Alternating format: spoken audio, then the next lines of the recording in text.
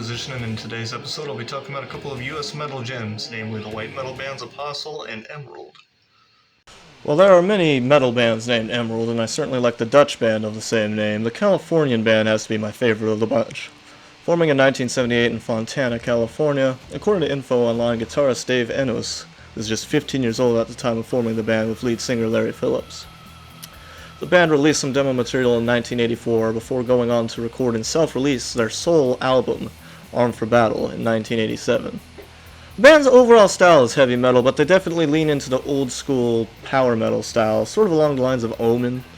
But they also showcase some progressive elements here and there, definitely setting themselves apart from the more stereotypical hair metal style that one might associate with 80s Christian metal. And lyrically, Emerald is honestly not too far from other US power metal bands from the 80s, like Virgin Steel and Warlord, as both of those bands had sort of combined religious themes with epic sword and sorcery fantasy imagery. The highlights of the band's album, for me, are the epic track Teenage Suicide, clocking in a little over 7 minutes long, and starting with slow, melancholic acoustic passage, followed by some blistering guitar work from Dave Enos.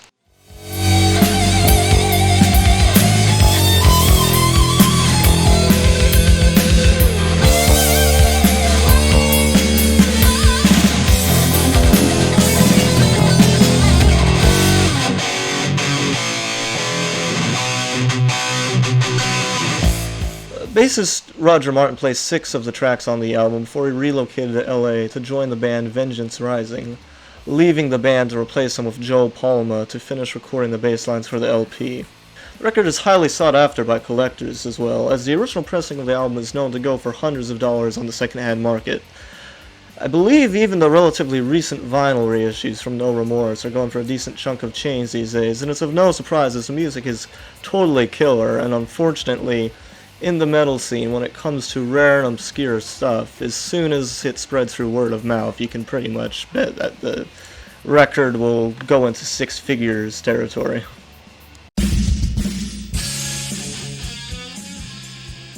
Hailing from Jacksonville, Florida, Apostle is a power metal band that formed in 1983. The band's lineups generally consisted of guitarist and vocalist Matt Harding.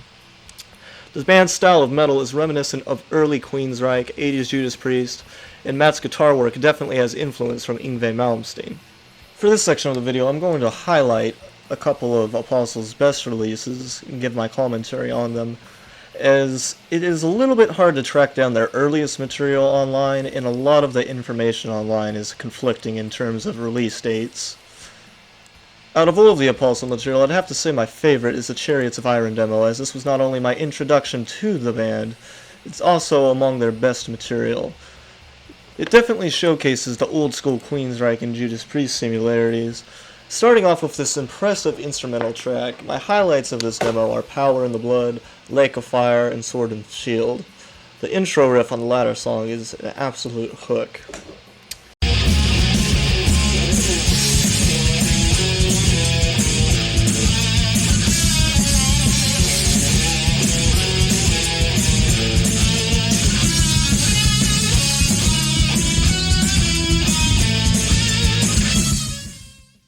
The follow-up demo, Hymns, picks up exactly where Chariots of Iron left off, with killer tracks such as Vanguard, The Sword, and I Am Persuaded. Though my favorite song is honestly Unlimited Power, which features some super 80s Judas Priest sounding choruses, and I mean that in the absolutely best way possible.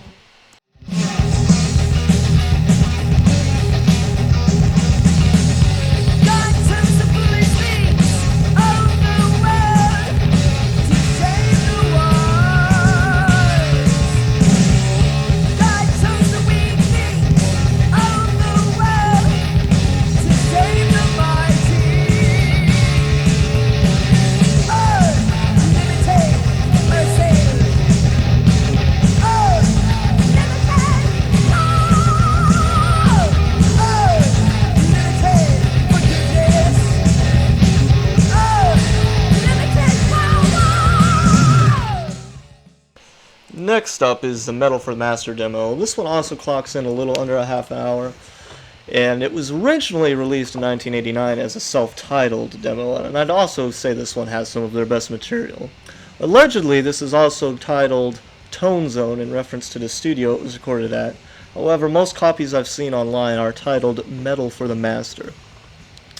The song King of the Saints features some absolutely batshit shredding from Matt Harding, as he even gives out some crazy King Diamond-esque screams.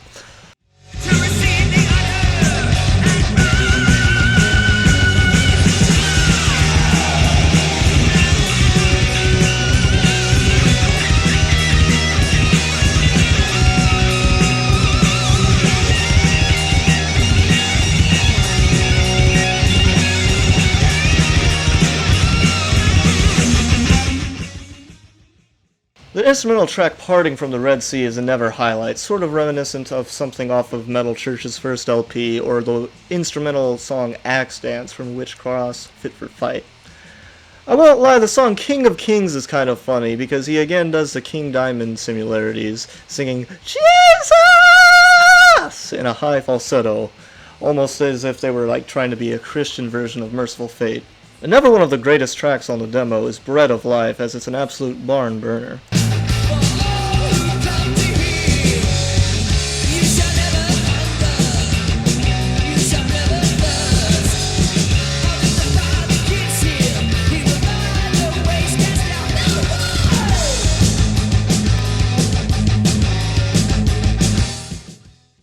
According to info online, Matt Harding had split up Apostle, and in 1989 he released Matt Harding's Steel Armada, which was supposed to be a new project, featuring the bassist Ray Schmidt and drummer Bill Box.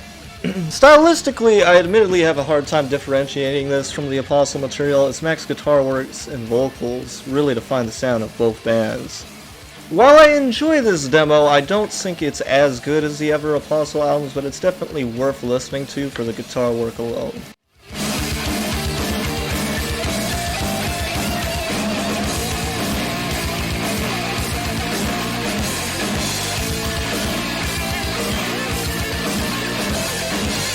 The band's final release and only studio album, Prepare to Meet God, was released in 1994. While the album is from the 90s, it isn't a drastic departure from the band's older material. However, I will say there are some stylistic changes. However, it is a pretty good album and definitely worth listening to. Album opener 666 has a bit of an early Iced Earth sound to it, and Pray is an interesting track, showing more of a mid-tempo riffing style. While the album is good overall, I would still say I like it less than the band's demos, and although it's supposed to be a studio album, it lacks oomph in the production, to the point where I think the demos sound a bit stronger despite the lack of polish. And the change in vocal style is another issue with the album, because while I do enjoy David Brown's singing, it's just somewhat of a stylistic departure from the older style of vocals on the band's demo materials. And shortly after the release of Prepare to Meet God, the group disbanded. I'd say the absolute essentials in Apostle's discography are definitely the Chariots of Iron, Hymns, and Metal for the Master demos. While the Prepare to Meet God album is good, it falls short of the demos in some aspects.